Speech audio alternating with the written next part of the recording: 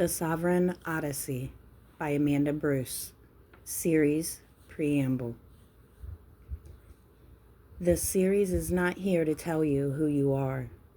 It does not assign destiny, identity, or outcome. It exists because there comes a point in some lives where randomness stops being a sufficient explanation, where fatigue, turning, and clarity begin to arrange themselves into something that feels intentional, even if it's not yet understood. This is not prophecy handed down. It is a meaning recognized through living. What follows are the written reflections for those who sense they are walking an inner journey that belongs to them alone, not above others, not separate from humanity, but awake inside their own life. Nothing here asks for belief. Nothing here asks for allegiance. If something resonates, stay with it gently.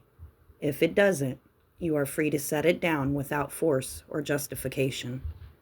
This work honors sovereignty over hierarchy, integration over performance, presence over persuasion. You are not late. You are not behind. You are not missing the moment. You are here, and that is enough to begin. The Sovereign Odyssey by Amanda Bruce. Entry 1, The Ordinary Beginning. You don't start awakened, you start listening. Most journeys don't begin with clarity, they begin with a subtle shift. The moment when life stops feeling random but hasn't yet revealed its pattern. Nothing looks different on the outside. You're still showing up, still doing what needs to be done, still moving through the same days, but inside, something has loosened. The old explanations don't land the way they used to. The noise thins just enough for a quieter question to surface. You don't feel chosen. You feel curious and a little tired. This is the ordinary beginning. It often arrives after endurance, after trying to make things work the way they're supposed to, after realizing that effort alone isn't the same as alignment. You may not have words for it yet, but you can sense that your life is asking something more honest from you. Not bigger, not better, more true. At this stage, there is no map, only noticing. You begin paying attention to what drains you, what steadies you, what keeps returning no matter how often you set it aside. You start listening to your body, your reactions, your fatigue, not as problems to fix, but as information. This is not awakening in the dramatic sense. It is awareness without commentary. A common misunderstanding is that the journey begins when everything makes sense. In reality, it begins when you stop forcing sense into what no longer fits. Confusion isn't a failure here. It's the signal that something honest is trying to come forward. If you are here, it doesn't mean you are late or behind. It means you have reached the point where listening matters more than pushing. There is nothing to do yet, nothing to claim, nothing to announce. Just stay with what you notice. This is where your odyssey quietly starts. The Sovereign Odyssey by Amanda Bruce. Entry 2, The Inner Commission. No one assigns this, it arrives. At some point, listening turns into recognition. You're still living your life, working, caring, showing up, but something has shifted from passive awareness into a quiet sense of responsibility. Not obligation imposed from the outside, but an internal knowing that how you move through your life matters now in a different way. This is the inner commission. It doesn't come with instructions. It doesn't announce itself as sacred. It often shows up disguised as discomfort. You may notice that certain thoughts carry more weight, that patterns you once ignored now ask to be examined, that your reactions feel louder, clearer, harder to miss and dismiss. It's not that you've become more sensitive, it's that you've become more honest with yourself. The commission isn't about doing more. It's about doing less automatically. You begin to feel the cost of living out of alignment, not as punishment, but as feedback. What once felt tolerable now feels heavy. What once energized you may suddenly feel hollow. This isn't loss of passion, it's discernment forming. A common misunderstanding is that a calling arrives as clarity or excitement. More often, it arrives as a quiet refusal to keep abandoning yourself in small, habitual ways. You're not being asked to fix your life, you're being asked to participate in it. This stage can feel unsettling because it removes plausible deniability. You can no longer say, I didn't know, or this is just how things are. Awareness brings responsibility, not to become perfect, but to become present. Still, nothing needs to be declared. Nothing needs to be shared. Nothing needs to be decided all at once. The inner commission doesn't rush. It waits to see if you'll stay. If you're here, you haven't failed into this moment. You've listened long enough for your life to speak back. That is the beginning of responsibility, not to others' expectations, but to your own coherence. The Sovereign Odyssey by Amanda Bruce. Entry 3. The Garment You Wear. Rules are not lies. Forgetting is. At some point, awareness meets the world. You still have responsibilities. You still have relationships, work, expectations, history. Life does not pause because you begun listening. Instead, it asks more complicated question. How do you stay present inside the roles you've learned to survive in? This is where the garment appears. The garment is not falsehood, it is adaptation. It is the way you learn to function, to belong, to be useful, to be acceptable. Titles, labels, routines, personas. None of these are wrong, they are necessary. They help you move through the world without constant friction. The problem isn't wearing the garment. The problem is forgetting you can take it off. As awareness deepens, you may notice moments where the garment fits too tightly, where the role that once protected you now constrains you, where expectations, your own or others, begin to feel heavier than the truth you're carrying quietly underneath. This can feel disorienting. You may wonder if you're becoming inauthentic or detached, but what's actually happening is subtler. You're learning the difference between function and identity. You can perform a role without becoming it. You can meet expectations without disappearing inside of them. A common misunderstanding at this stage is believing that awakening requires abandoning the world, quitting, renouncing, shedding everything familiar. For most people, the work is the opposite. It's learning how to stay, clearly, honestly, without letting the garment decide who you are. This is where discernment sharpens. You begin to notice when you're acting from habit rather than choice, when you're saying yes out of momentum instead of alignment, when the garment is doing its job, and when it's overreaching. Nothing needs to be torn away. Nothing needs to be rejected. You are simply remembering that you are the one wearing the garment, not the other way around. This awareness doesn't isolate you. It steadies you. It allows you to move through the world with flexibility instead of fusion, participation instead of performance. You are still here, still involved, just less entangled. And that distinction changes everything. The Sovereign Odyssey by Amanda Bruce. Entry 4. The Sacred Fatigue. Exhaustion as threshold, not failure. There comes a point where effort stops working, not because you've done something wrong and not because you're weak, but because the way you've been carrying your life has reached its natural limit. What once felt sustainable now feels heavy. What once moved forward through willpower begins to resist. This is sacred fatigue. It does not announce itself loudly. It shows up as a quiet weariness you can't push past anymore. Rest doesn't fully fix it. Motivation doesn't return the way that it used to. You may still be functioning, but something deeper is asking to be acknowledged. This fatigue isn't asking you to quit. It's asking you to change how you carry things. At this stage, many people mistake exhaustion for failure.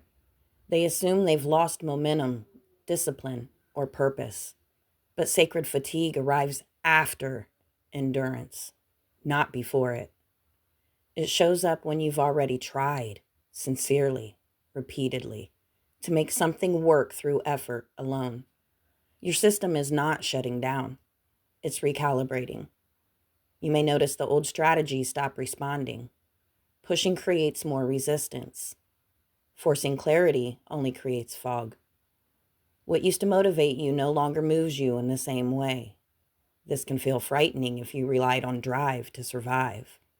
But fatigue here is not collapse. It's a threshold. A common misunderstanding is believing that growth always feels energized.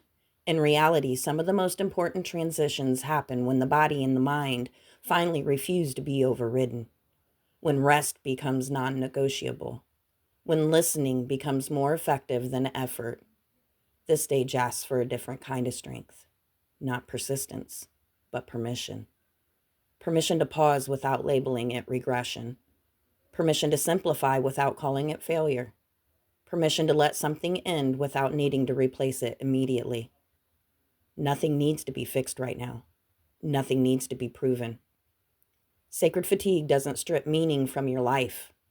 It protects it by stopping you from carrying what no longer fits the person you are becoming. If you're here, you haven't lost your way. You've reached the place where the old way can't come with you. Rest here without judgment. The next movement will come, not from force, but from clarity. The Sovereign Odyssey by Amanda Bruce. Entry 5. The Turning. Why stepping back is sometimes the most faithful move. After rest is honored, something shifts. Not forward, not upward, but sideways. You may not notice it at first. There is no announcement, no surge of motivation, just a quiet sense that you are no longer facing the same way you were before. The urgency that once pulled you forward loosens its grip. What felt compulsory becomes to feel optional. This is the turning. It often looks like withdrawal from things that once consumed your attention.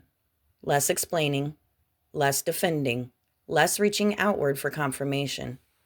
You may find yourself simplifying without trying to, choosing silence where you once filled space, choosing honesty where you once tolerated misalignment. This isn't retreat, it's reorientation. A turning doesn't always involve movement. Sometimes it happens entirely within. You realize you're no longer willing to move in a direction that costs you your clarity. You don't need to replace it yet. You just stop pretending it still fits. This can be confusing because it doesn't feel like progress. There may be fewer plans, fewer words, fewer certainties, but something steadier takes their place. A growing trust in your ability to sense what's true before it's proven. A common misunderstanding is thinking that turning means going backward or giving up. In reality, it's the act of fidelity to your own coherence. You're not abandoning what mattered. You're refusing to carry it in a way that distorts you. At this stage, direction emerges through subtraction. What falls away does so quietly. What remains feels simpler, more honest, easier to stand behind. You don't rush to name what's next. You let orientation settle first. Nothing is being lost. Something is being aligned. The turning doesn't demand certainty. It asks for trust. Not blind trust, but trust earned through lived experience. You don't need to explain this shift to anyone. You don't need to justify it to yourself. If you're here, you're not stalled. You're facing the way you were meant to walk. The Sovereign Odyssey by Amanda Bruce. Entry 6. Seeing the Map. Nothing was wasted. There comes a moment when you can finally look back without being pulled back. The past no longer demands defense or reinterpretation. It doesn't need to be redeemed or rewritten. It simply becomes visible, laid out with enough distance that you can see how one thing led to another without reliving the weight of it. This is seeing the map. It isn't nostalgia, and it isn't regret. It's perspective earned through staying, through not abandoning yourself when things were confusing, painful, or unfinished. From here, patterns begin to make sense, not as justifications, but as trajectories. You start to see that what felt like detours were actually training grounds, that pauses carried information, that even the moments you would never choose again still shaped how you walk now. The map doesn't excuse harm or difficulty, but it places them accurately within the larger landscape of your life. This clarity is quiet. It doesn't arrive as revelation or triumph. It arrives as relief. A common misunderstanding is believing that understanding the past requires revisiting it emotionally. Often, the opposite is true. When integration is real, memory loses its charge. You can acknowledge what happened without being overtaken by it. From here, you can see where effort was misplaced and where it mattered more than you knew at the time. You can recognize patterns without being trapped in them. You can honor what carried you without needing to carry it anymore. Nothing here is about perfection. It's about coherence. Seeing the map doesn't mean everything was meant to happen. It means everything that did happen can now be held in its proper place. The story becomes whole, not because it's tidy, but because nothing is missing. You're no longer trying to figure out who you should have been. You're recognizing who you became. And that recognition changes how you step forward. You don't need to correct the past to move on. You don't need to extract lessons on demand. The map is already complete. You're simply seeing it clearly now. The Sovereign Odyssey by Amanda Bruce. Entry 7. Becoming the Answer. The end of searching. At some point, the questions loosen their grip. Not because everything has been resolved and not because life has become simple, but because you are no longer looking outside yourself for permission, explanation, or proof. The restless edge that once drove you forward softens into something steadier, more inhabitable. This is becoming the answer. It doesn't arrive as certainty or conclusion. It arrives as enoughness. You still think, wonder, reflect. Curiosity doesn't disappear. What changes is the weight behind it. You are no longer searching for something to complete you, fix you, or finally make sense of your life. You are participating in it, attentively, honestly, as it unfolds. A common misunderstanding is believing that becoming the answer means having clarity all times, or having answers for others. In reality, it means you stop outsourcing your sense of rightness. You trust your ability to meet what arises without needing to dominate it, solve it, or immediately define it. You begin to notice how quiet this feels. Not empty. Quiet in the way a room feels after it's been cleaned and nothing unnecessary remains. There is space to breathe here. Space to respond instead of react. Space to let life speak without interrupting it with urgency. From this place, choices don't feel dramatic. They feel obvious in the simplest ways, the simplest senses, not because they're easy, but because they're no longer tangled in self-doubt. You know when to move and when to stay. You know when to speak and when silence is the most honest response. Not because you've mastered anything, but because you are no longer divided against yourself. Nothing dramatic changes on the outside. Life continues to be life. There are still challenges, still unknowns, still moments that ask something of you. What has changed is your relationship to them. You meet what comes without bracing. You trust your capacity to adjust without abandoning yourself. You're not finished. You're not done growing. You simply stop searching for yourself in fragments. Becoming the answer doesn't mean the questions disappear. It means they no longer destabilize you. They become part of the conversation rather than a threat to your footing. You walk on. Not because you're compelled to, not because something is missing, But because movement now comes from coherence rather than need, there is no final arrival here, just continuity, presence, participation. And that is enough to live from. The Sovereign Odyssey by Amanda Bruce. Closing reflection. A quiet completion. The series does not end with instruction. It ends with trust. Not in ideas, not in teachings, not in the person who wrote these words, but in your own capacity to listen and respond to your life as it is. If something here stayed with you, it isn't because it gave you answers. It's because it named a rhythm you already recognize, a way of moving through the world that doesn't require urgency, certainty, or constant improvement to be meaningful. Nothing in these pages needs to be remembered perfectly. Nothing needs to be applied or performed. What matters is that you leave knowing you don't have to search for yourself anymore. You can return to your life, your actual life, with a little more steadiness, a little more honesty, and a little less pressure to become something else. This path doesn't belong to anyone. It isn't owned or guarded. It continues wherever attention meets integrity. If you walk on from here, walk gently. If you pause, pause without guilt. The Odyssey doesn't demand momentum. It responds to presence. And when you are ready, not because you should be, but because you are, the next step will make itself known. Until then, this is enough.